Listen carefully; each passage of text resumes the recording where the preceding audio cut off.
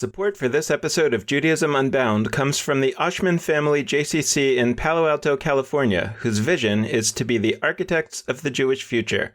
The Oshman Family JCC is an incubator for new expressions of Jewish identity. It creates innovative Jewish learning, celebrations, and arts programs that inspire personal connections to people and ideas from across the Jewish world. Learn more at www.paloaltojcc.org. This is Judaism Unbound, episode 181, The New Synagogue Project. Welcome back, everyone. I'm Dan Liebenson. And I'm Lex Rofberg. And over the next few weeks, we're going to explore a number of organizations that are created by basically regular Jews trying to create something that looks a little bit like organizations that already exist, but with a twist.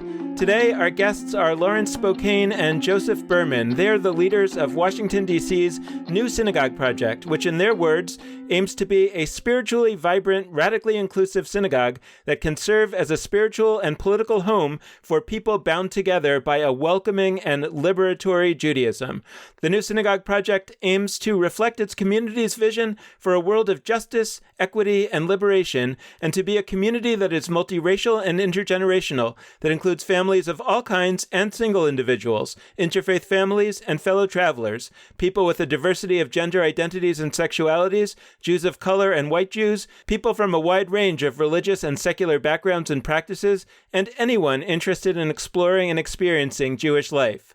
Lauren Spokane is the lead instigator and board chair of the New Synagogue Project. When she's not working on the New Synagogue Project, she works as director of development for a multiracial, multi-faith community organizing network called Faith in Action. She also serves on the board of Jews United for Justice. Joseph Berman is the rabbi of the New Synagogue Project. He has rabbinical ordination from the Rabbinical School of Hebrew College, an unaffiliated and pluralistic seminary in Boston. We had its dean on some months ago, Dan Judson. And Joseph Berman has also worked as a farmer, chaplain, community organizer, and advocate for justice and equality for Palestinians and Israelis.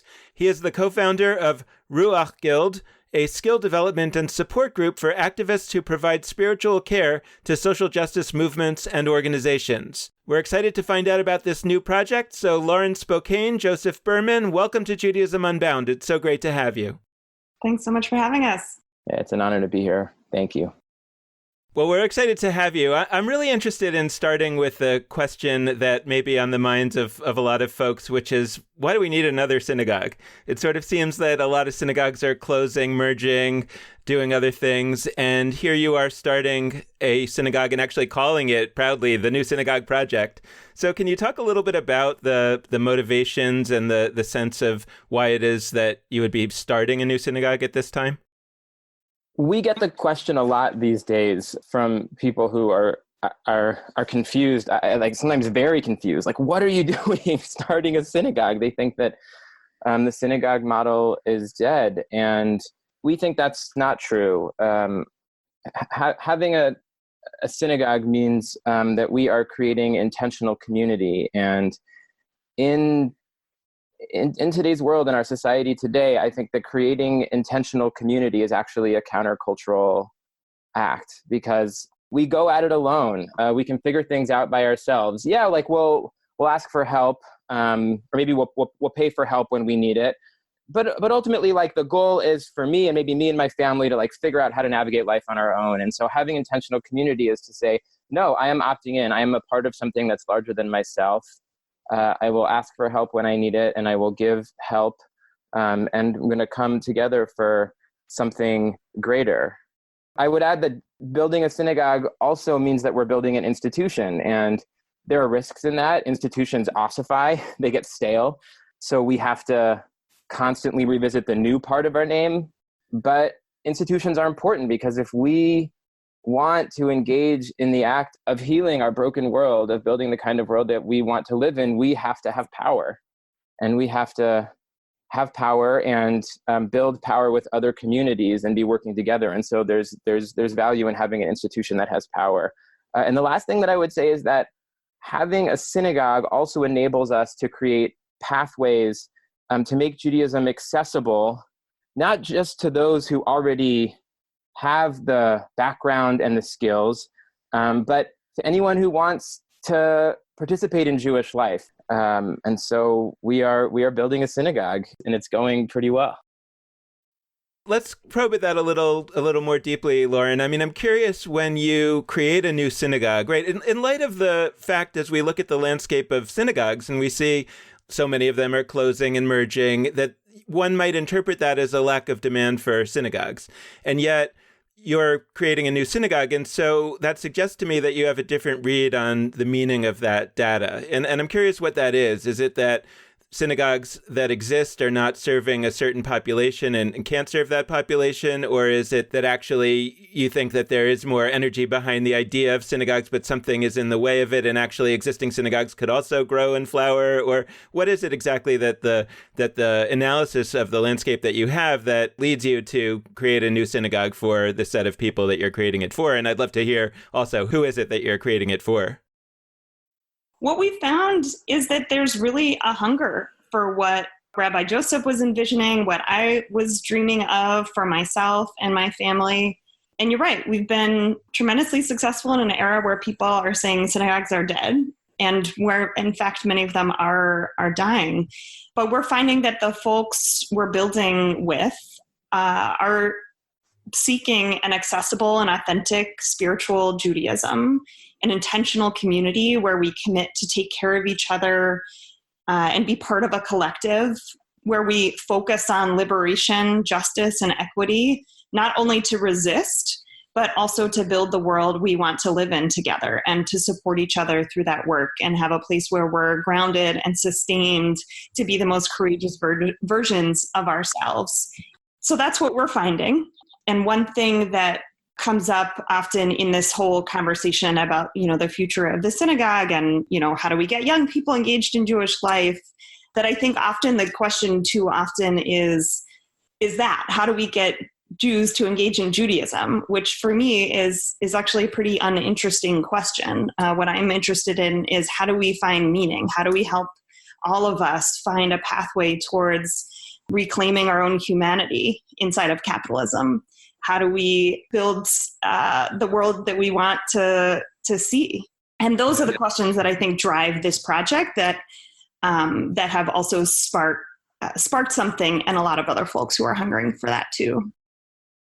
So that felt very deep from within, and it started to get at the intentional part of intentional community that came up earlier. So I want to, because that phrase was interesting to me when, Joseph, you said it, because when I hear the phrase intentional community, I'm not saying this is true, but when my brain processes intentional community, it does not think synagogue. When I hear intentional community, it connotes for me sort of groups of people that build micro crews, CREW, of people that are often reacting to synagogues. And I think it's very interesting that as a synagogue, you are owning that term, because there's a few pieces that I'll say. I am reading this in between the lines, and you don't have to say whether it's true or not. It feels like a little bit of shade in multiple directions, because being a new synagogue project, it's okay, yes, we're, to those who doubt synagogues for all the reasons you just said, we're going to be a synagogue.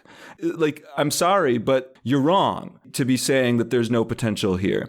But also, you're being clear to those who are deeply invested in other synagogues or certain other synagogues, we're anew that.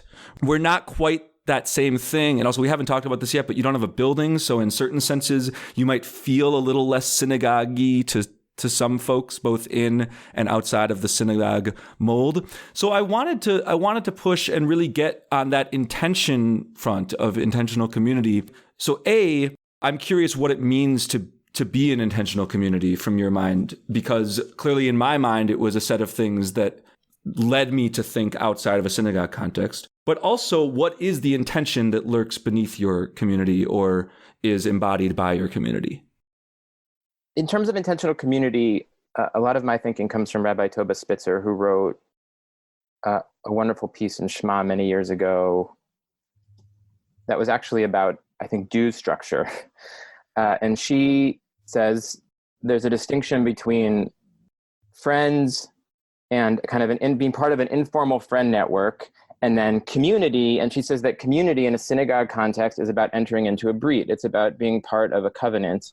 we made the decision. We are going to have membership where you have to opt in and contribute some funds. And now we could talk more about that due structure. That can be a very small amount or a large amount.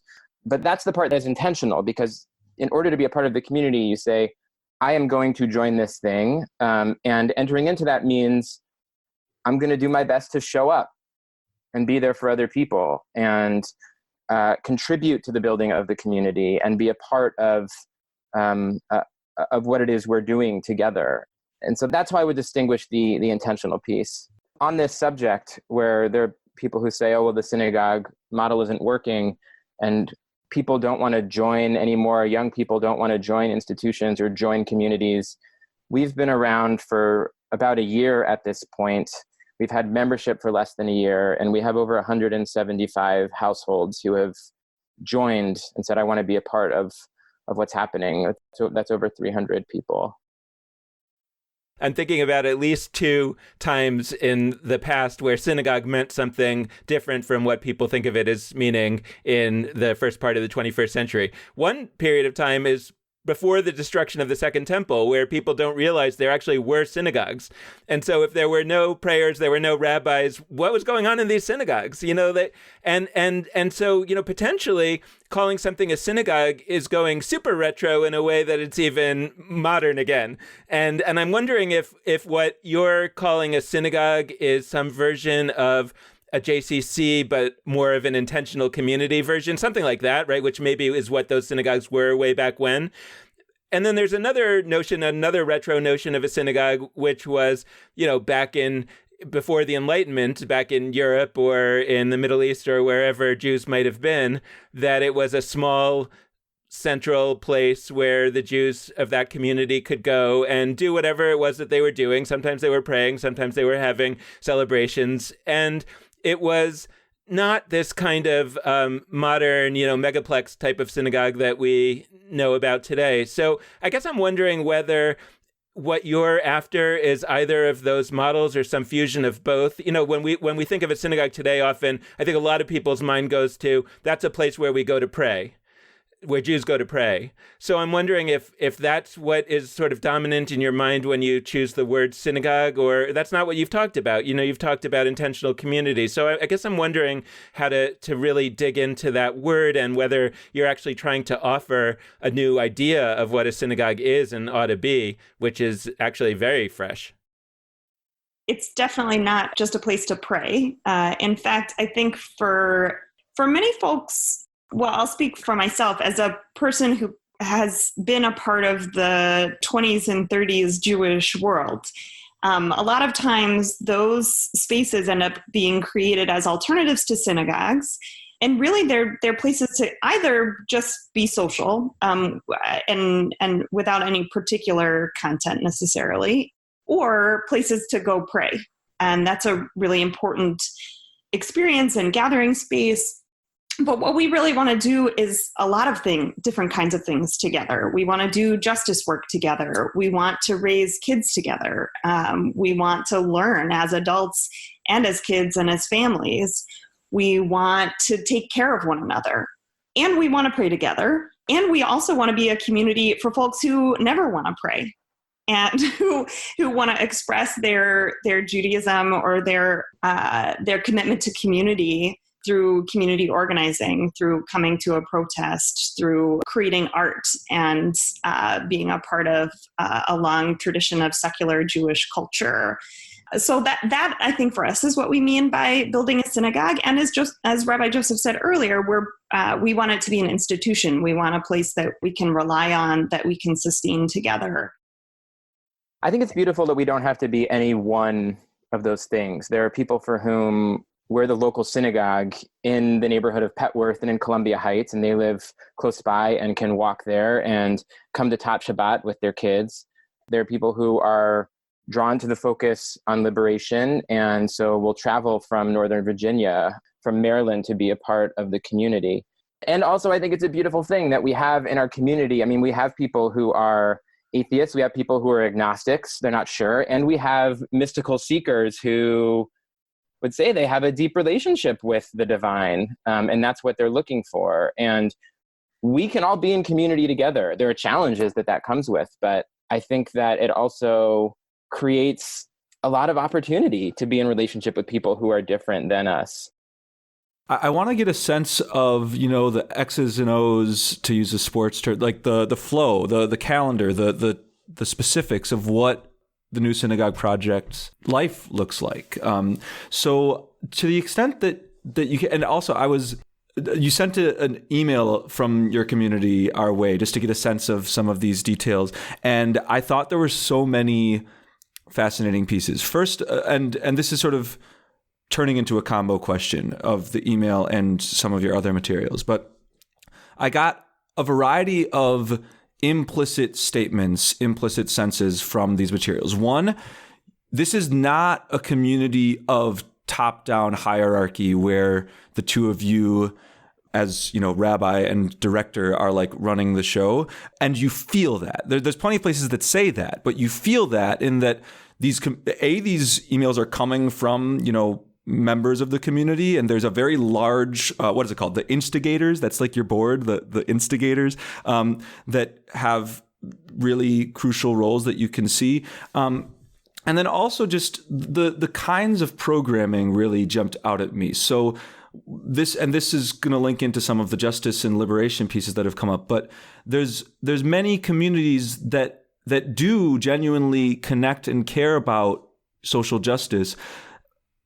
I don't see in all of their emails an iftar, so building community with Muslims, followed by the Dyke March, so LGBT solidarity, followed by I think there was an Israeli-Palestinian justice. There were a bunch of pieces, one after the other, like right there, and they're all like in the next few weeks as we record this. This is not sort of we should do the social justice thing again, which comes up every 6 months at a board meeting where somebody like, we haven't done that in a while. Like, this is the bedrock of the community. So I was curious to hear about that piece in particular, but also more generally, just when you talk to people about like, okay, so what do I actually do when I do New Synagogue Project? Like, what kinds of things pop up? So you're right. The commitment to justice and liberation is the bedrock of the community. And that's part of what has drawn folks, as Rabbi Joseph said, from all over the region to be a part of this community. And it also relates to a question, Dan, that you asked earlier that I didn't get to, which is who this is for. So the first movers of this project, the folks we call our instigators, many of us have been involved in all kinds of community organizing, social justice movements, and many in our community are a part of that work in many facets of their lives, whether it's their day job or in volunteer commitments that they have. And so this is a space filled with a lot of activists and organizers. So the kinds of activities that folks want to put to the rest of the membership to say, hey, come with me to this, are those kinds of actions. And the other piece of how we've built this community, or how we think about who this is for, is that we're putting folks who are often at the margins of Jewish community at the center. So whether you have felt at the margins because of your gender or sexual orientation, whether because of your Israel-Palestine politics, whether because you're from an interfaith family or in an interfaith relationship, a multiracial family, being a Jew of color, all of these different things often put folks at the margins. What we're saying is here we're creating a home where those experiences are at the center. And the other piece about what you see there in terms of how many different folks are in leadership and how this is coming not from a top-down, here's what we're about, but from all of us together saying, here's what we're doing together, is that both Rabbi Joseph and I were trained in organizing through the Industrial Areas Foundation, the IAF, which is an organizing network founded by Saul Alinsky. And I was trained at the beginning of my career as a community organizer, and doing relational organizing is kind of in my DNA. And as a result, it's in the DNA of this project. Way back when Rabbi Joseph first had this idea and was starting to talk to folks about it, he was doing one-to-one relational meetings with folks to hear about what people were hungering for and what they wanted to be a part of creating. And so when we say this is a project of co-creation, it's because the bedrock is this commitment to justice, and the kind of backbone is a community organizing approach. I would say that justice, the pursuit of justice and liberation, is the bedrock, and that Shabbat and prayer are also the bedrock, and those things aren't mutually exclusive. We get together 2 Friday nights a month for Shabbat, and this is like the central gathering time of the community. We pray, we eat together, we have a singing circle afterwards. We get together on Shabbat morning and learn Torah and have a Tat Shabbat. Once a month, we have a Havdalah once a month where we have a singing circle and sing together. And prayer is central in all of those experiences. And, on Friday night, we look at the Psalms, and those Psalms are about just the aliveness of all of creation. It says, Yismechu hashamayim v'tagel haaretz in the Psalms that we sing on Friday night, which is the skies are rejoicing and the earth is dancing, right? So when you look outside and you see the wind blowing the trees and everything is alive. And so we try to connect with that and try to connect with all of creation. And I think that if we can really be connected to all of creation, whether that's nature, whether that's other human beings, we can also be more attuned to the brokenness and the suffering that is in our world. Also on Friday nights, we pray, Ana bekoach gedulati mincha tatir tzurua, which is crying out to God with your strength, take your hand and free those who are bound. And what if we say that? What if we say tatir tzurua and think about the fact that there are 2 million people who our society has put in cages, that we are free right now having this conversation, and there are 2 million people who are in cages, who are not free. I think being a religious person actually obligates you to be political. I don't think you can really authentically separate those things.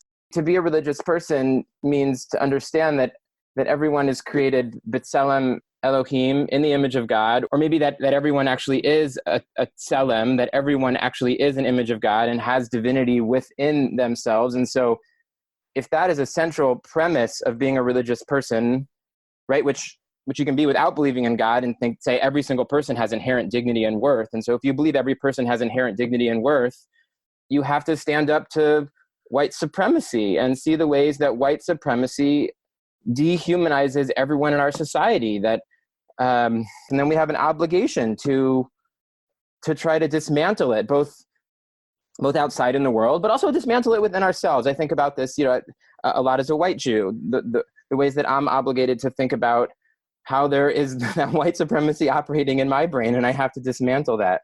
And so that's something that we think about for ourselves as a community, how we're building our community, and then also how we engage with the world outside of ourselves.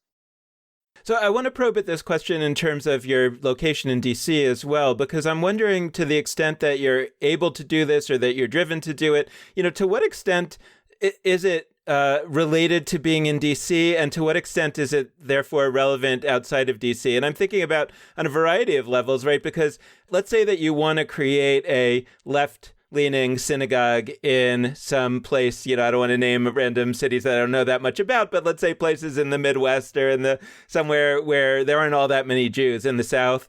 And you say, well, I don't know that we could sustain an institution with this philosophy.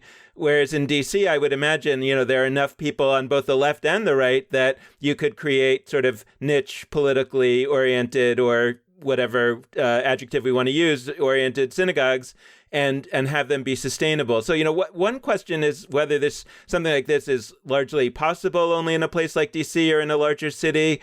But another question, I think, is whether there's an implicit critique here, which I'll happily make if you don't want to. But I think that, from our past shows, one of the things that I've been saying, certainly for a long time, is to agree with you and to say, to take it a step further and to say, sort of as a warning out there to synagogues that don't take this question seriously, that I don't think you're going to make it. Because I think that what people actually want, particularly younger people, if they want anything from a Jewish community, a Jewish intentional community, is they want something that's going to feel like it's a place that is both supportive of and more so, I would say, an accelerator of their values. And those values are not to be politically neutral, certainly not in the times in which we live. And so, in a sense, I'm wondering if the existence of you and the flourishing of what you're doing is sort of should be read by those synagogues as, if you don't do it, somebody else is going to come along who will. And it's not synagogues that are in crisis. It's a certain kind of synagogue that's not really dealing with the stuff that Jews really are caring about. I do feel that, certainly for myself and for a lot of us who've been building this community, that what we want is a community that's going to stand on our values, and that is not only going to not shy away from taking a political stance or from being in the fray of messy social movements, but it is actually going to push me to be even more courageous than I would be on my own. I've thought a lot about throughout this project how Shabbat itself is a radical idea, that we would take some time and set aside a day where we're imagining and actually trying to experience what the world to come might be like, what the world as it should be would feel like. And that, I think, has such transformative potential for us to see that actually this core Jewish ritual is about us tapping into a vision of a future where there is justice, liberation, and freedom and dignity for all of us. And what possibility it has for us to kind of continue to try to experience that during Shabbat and try to bring that with us throughout the week and into all of the work that we do together. And push back on the dehumanization that we all experience, and particularly for those of us who hold identities that mean we experience all kinds of oppression. What we tap into inside of this spiritual community can more and more show up in other parts of our lives. Even before I started sitting down for coffee with folks to ask them, if you could dream of having a Jewish community, what would it be? Even before I started that process, I was convinced that building what we've now built was largely like a resource and logistics question. And I mean, it takes a lot of resources and a lot of logistics, and even more as we continue to grow. But I think in many ways that's true, and I think that's true around in cities around the country. I don't think what we're doing is particular to DC. I don't know. I guess we'll see. But and there are other communities, I think, who are doing similar incredible things. I think about up and down the East Coast. So neighbors right next to us, Hinenu in Baltimore is an incredible congregation, and Kol Tzedek in West Philadelphia, which has been around for a number of years and is doing amazing things, and Kolot Chayenu in Brooklyn. And so I think we have kind of siblings in the project that we're engaging in, and we're grateful for that. I want to pick up on the thread about being in Washington, D.C. And I think that we have an obligation to recognize and engage with what's happening, the larger trends in the city of displacement, where specifically Black communities have been and are continuing to be displaced from the city, and to try to figure out how to play a positive role in stopping that displacement. And it's going to take time for us to figure out how to do that and to build the authentic relationships with our neighbors that we'll need to have to play that kind of positive role in creating change and building a new kind of city together. But it's something that we're committed to trying to do. That's very much our intention. And one facet of that is where we've chosen to locate ourselves. So within our neighborhood, which is this rapidly gentrifying place in the neighborhoods where we're meeting, the first place we went to and started gathering is one of the historic Black churches in the Petworth neighborhood. And so we've been incredibly grateful to both the Israel Metropolitan CME Church and First Baptist Church of Petworth, who opened their doors to us. And we didn't rush to try to, start a capital campaign and buy a building. And part of that was that, a lot of us have already bought a lot of property in this neighborhood, and we don't actually need to own and administer more property. But if we're going to use our resources to rent space, that we'd like those resources to be going towards historic Black institutions in our neighborhood. Just our being here has an impact on members of their community. We have the really incredible gift potentially to be talking about that with folks who are on either side of that experience. Lauren, can you talk a little bit about, as you see it, what is the need, what is the unmet need among folks who are working in activism and organizing in those spheres that the New Synagogue Project or something like it, or even just Judaism in general, meets? What I mean by that is, why are you better off having a relationship with a synagogue or a Jewish organization in terms of being able to do that work than if you just kind of use that time to do more organizing? I think it's a combination of, spiritual nourishment. So that's a big piece of it. Like, where is my cup getting refilled? Because the work of organizing and activism is hard. It's draining. It's full of tension and wrestling, and it's super messy. And people burn out. So part of it is, can we create a community that is an antidote to burnout? And another piece of it relates to what we were saying about Shabbat, which is, in spiritual community, we can imagine, so much of what we have to do, particularly during this administration, is to resist, to fight back, to try to prevent as much harm as we can. But where are the spaces where we get to dream up the world that we're creating together beyond the structures and the strictures of what we have seen to exist to date? And I think that there's a real role to play for spiritual communities to help us do that imagining within ourselves and, more importantly, together as a community. So I'd love to get in a little bit more to sort of your thought process, or not necessarily the thought process that you had going into this, but perhaps the thought process that you have now with this experience. Is that, I'm thinking, again, back to the definition of synagogue. I think a lot of times people say, what is the definition of a synagogue? Well, it's an organization that has a building, that has a rabbi, that has a staff, that has and the cost of that is $1 million, and so now we have to say, well, we got to hope that maybe we'll have 300 families. So let's divide that up into $1 million and boom, you get 3,000. And so, yeah, everybody should pay 3,000. The other way is to say, here are the people that we're trying to serve.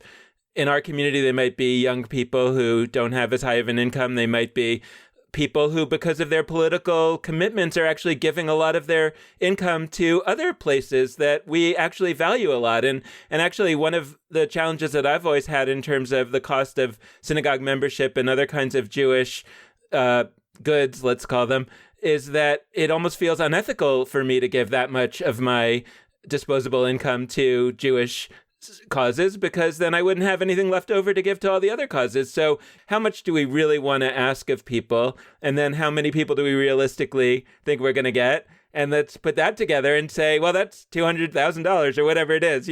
What can we do for $200,000? And I guess I'm wondering, how that affects the way that you think about the future. And what my question is, what does the future look like to you? What does a New Synagogue Project put out there as an aspiration for what this might look like in 5 or 10 years? Well, we have plans to grow over the next 5 to 10 years. I would say in the near term, we need to create some kind of religious education program for our children. We have about 50 kids right now who are members of our congregation, and I think that number will easily double within the next year. And so right now we're involved in a research and design process to try to figure out what we want that to look like. Because I think there's a lot about the kind of the traditional Hebrew school model that hasn't worked and hasn't served us well. And so we want to know what first of all, what do we want for our children, and then look around and say what out there is happening that is interesting and exciting and working. And so we're involved in a research and design process and are planning to launch that school in the fall of 2020. And so we have a group of members of parents who are leading and working on that process right now. So there are other plans for growth, and those things are really just out of necessity. I mean, it's coming from within the community. We have kids, and we have to figure out how are we going to educate them. And we're already have taught Shabbat. We're already doing things with our kids around holidays, and so we're already doing some of that. But it's something that we're going to have to create more structure around. We'll need more resources for those things. I don't think we want to put ourselves in a position where it becomes all about the money, or it becomes all about the building, whether we're renting or we have a building at some point. I don't think we want to be in that position. You know, I think that it has to focus on the community and what it is our work is in the world, that those things have to be primary. And at the same time, amongst many of our communities and movements, we have a problem that we think money is dirty. And that really hurts us in many ways. That hurts us in terms of what we're able to do together, what we're able to build. And it means that politically we lose sometimes. And so I think that we can't shy away from it. And there are ways to do it that are ethical and that are thoughtful and don't make it primarily about the money, but it's not something that we can shy away from either. You know, you see that Bnei Israel is asked to contribute money towards building a system of organization. They're asked to contribute resources, what they are able to give, what they are called to give in order to build a mishkan, in order to build a dwelling place for the divine. And so, in order to build our dwelling place for the divine and to create a world that is a hospitable place for the divine, we're going to have to organize our resources. There is all this language around people, aren't joiners and aren't members. Like, I don't want to speak as if I am representative of the universe. All of us do that on some level, I think, but I'll name that this is just me. But also, I think there are many people roughly similar to me. Like, the reason that for a little while, I've actually been associated with the synagogue. I've been a member of a synagogue most of my life, but not quite all of my life. The stretch that I wasn't a member of a synagogue, it wasn't because I'm not a joiner. It was because there weren't synagogues that I had found that really I felt were striving to use your phrasing that works for me, maybe doesn't work for everyone, but to be a dwelling place for the divine. I felt like there were a lot of synagogues that were like, they were sort of cool with being a solid B. And I'm not interested in putting the amount of money personally or time, forgetting money, like into an organization that's like, wants to be good, but isn't really thinking like, how are we going to actually be a dwelling place for the divine? Like, to those listening who are part of synagogues, like, I challenge you, like, are you asking that question? Are you really thinking on a weekly basis with your services, or on a monthly basis with whatever your Hebrew school calendar looks like, or your justice calendar? Like, are you really thinking this needs to be so excellent that it's going to meet Dan's threshold of like putting money into it as opposed to putting it into some other amazing efforts? Like, that's a huge piece for me. So I really appreciate the thread that's coming out of this, that like, no, it's not so much that people aren't joiners, it's that we join certain things. So that's not a question. That is me talking. But I want to ask a question now, because it feels like we've covered enough other issues that this hopefully won't be too much of a Pandora's box. But Israel-Palestine, this is a topic worth talking about. I like that it wasn't the first thing we talked about. I think for many people, maybe it is the first thing they want to talk to you about. But we're a space that is committed to, I'll use language I often use, freedom and dignity for all Palestinians and Israelis. And you even say directly, we're an organization that has active members who are part of Jewish Voice for Peace. If not now, J Street. These are things that you name directly. And those are organizations that for some people are uncomfortable or startling in a religious Jewish context. And for other people, by the way, they're super inspiring and empowering. And it is a huge call to them when they see that publicly, that they can join that institution and feel comfortable there. But so I wanted to ask both sort of equally, like the role that Israel-Palestine plays in your work, and like maybe the ways that it doesn't sometimes, and how you balance those.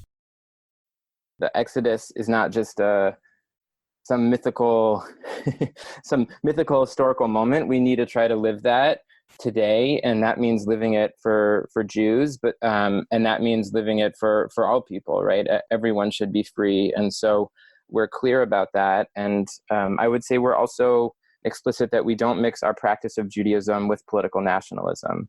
And I would say, yeah, that this isn't what's at the center of our community. I think it's very important for many members of our community who are involved in some of the organizations that you named, and if not now, in Jewish Voice for Peace and J Street, and others who aren't, but this is an important thing for them. It's important that they're not going to walk out of, feel compelled to walk out of high holiday services because there's because there was an incredibly racist sermon about what's happening in Israel-Palestine, or they're not going to want to pull their kids out of the religious school, and that actually the opposite of that is true, and that they're going to have a place where their Jewish values, that everyone has inherent dignity and worth, that's going to also be applied to what's happening in Israel-Palestine, and so that there is a vision of equality and human rights and safety for all people who live there. At the same time, I would say, we have a pretty large spectrum within the community of how people would identify. And, we know this because we did a survey as people have joined. And so we have people who identify as anti-Zionist, and people who identify as non-Zionist, and people who identify as liberal Zionist, and lots of people who are like, I don't know. Because yeah. I think probably many American Jews actually don't think about this and obsess about it all the time, even though some of us might. And there are people who their challenge has been that you can't bring authentic questions about what's happening in Israel-Palestine to so many different Jewish spaces. And so they don't know how to relate to it, because in so many Jewish institutions, if you try to ask a real question, you get shut down, and it's made clear that question isn't welcome there. Or if you start thinking a certain thing, it's made clear that you're not welcome there. It's a challenge, but what I want us to be able to do is to simultaneously to be able to have values and principles and do justice work together and figure out where we can have alignment, and also to hold one another and to hold difference and to hold plurality. And that's a challenge, but I think that it's something that we ought to strive to do together. So I want to ask you, though, because I think that's extremely beautiful, and part of me agrees profoundly with what you're saying. And then part of me feels like, it's interesting that you said that, because earlier in the conversation, I was kind of going to ask a question that was along the lines of, well, there are all these synagogues that are where people who have right-wing views on American politics or Israel feel comfortable. They know the rabbi's not going to say anything that offends those views. And so isn't it just fine to have some organizations where it's the opposite, and the people who feel the opposite can say, hey, this is our place. And, I guess I'm struggling with the question of whether we should, and how to create a space that is actually saying, hey, we're trying to be the kind of synagogue that's what we wish every synagogue would be, which is a place where everybody can feel like this is their place no matter what their views are, versus I think what I want to say, which is that, look, I believe that Judaism ought to stand for a certain set of viewpoints, which in America of the 21st century is read as left. And I think that if you want a Judaism that stands for not those things, that's fine. You have every right to have that Judaism, but that would be a different Judaism, and maybe a schism is coming, and that's okay with me. And I guess that I'm wondering how you sit with that.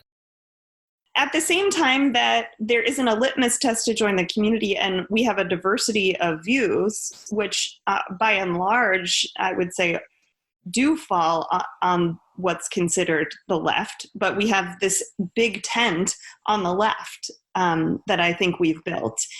But even as we have within that political diversity among individuals, that doesn't mean that as an institution that we won't take a stand on things. So you do see on our website that we stand opposed to the military occupation of Palestine, that we're not going to shy away from those things, even as they may cause some discomfort among some members of our community that don't exactly align with those politics. That we can be a place where we're wrestling and we're providing space and support for folks to explore, and that we will stand by a set of values and some political commitments that we've decided on as an institution.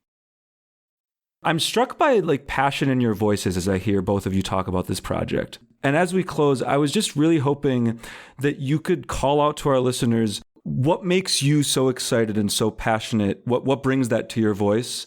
Like, what is it about New Synagogue Project that you're so proud to be a part of? And also, like, to folks who are listening and being like, oh, I wish I had that. What would be the advice you have for them? We were recently blessed to have a kid, my partner and I, and there were members of the community who we had never met before, members who we had met before, but also members who we hadn't met or spent any time with, who brought us meals and kind of showed up to take care of us. And I know that that's happening across our community when people are in a position of need, that people are showing up for one another and taking care of each other. And I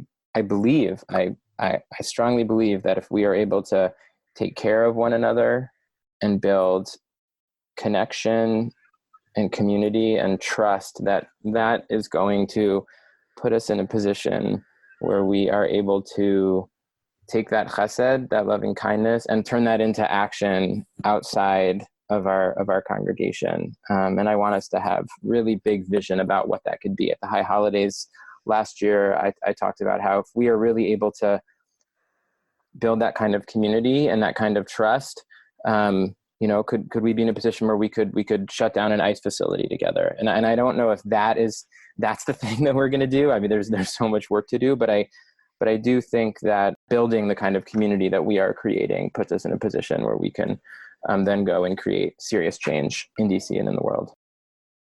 Well, this is the community that I want for myself. This is what I've dreamt of. You know, I don't have kids, but I hope to. And when I envision what it would be like to be a parent and to build a family and teach another growing human about Jewish life, I don't want to do that alone. I don't think I could do that alone.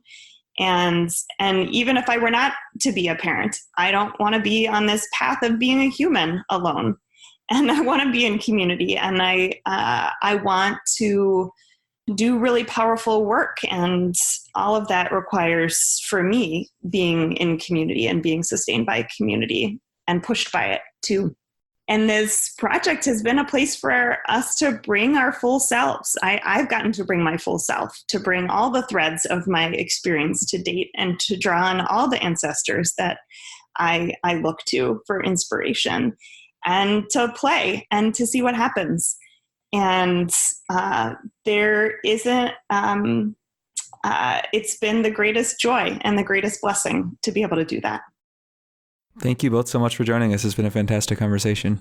Thanks so much. Really fun to be on. Thank you for having us. It's a real honor. And thanks, of course, to all of you out there listening. We hope you've enjoyed this episode, and we hope that you'll tune in again next week after that, in the future, whenever. We want to close out this episode in the same way that we always do, by encouraging you to be in touch with us, and there are a wide variety of ways for you to do that. First, you can head to our Facebook page, Judaism Unbound. Second, you can go to our Twitter feed at Judaism Unbound. Third, you can go to our website, judaismunbound.com. And last but not least, you can hit us up via email at dan@judaismunbound.com or lex@judaismunbound.com. The last request we like to make is that we really deeply appreciate any amount of financial donation that you can send our way. And you can do that via either a monthly recurring gift or a one-time donation at judaismunbound.com/donate. So thanks so much for listening. And with that, this has been Judaism Unbound.